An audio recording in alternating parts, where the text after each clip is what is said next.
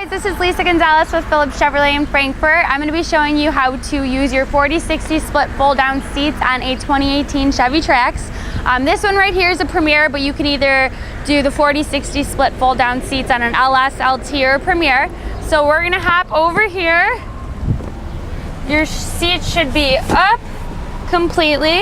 You're going to hold this lever right here, pull it out, and then you're actually going to have to grab a little handle down here too and flip this seat over. It's going to fit comfortably into the floor mats right there. And then you pull this all the way down and it goes flat. Both sides do the same exact thing. You just do them the same way. And then on top of that, it does have an option where you can kind of have like a little desk if it was like if you're traveling for work or anything like that. This passenger seat in the front row does fold completely flat also. So here, we'll go to this other side. You're just going to use your regular manual lumbar to get that down. And it just folds completely flat. You can put a laptop there, whatever you want to work while you're driving around.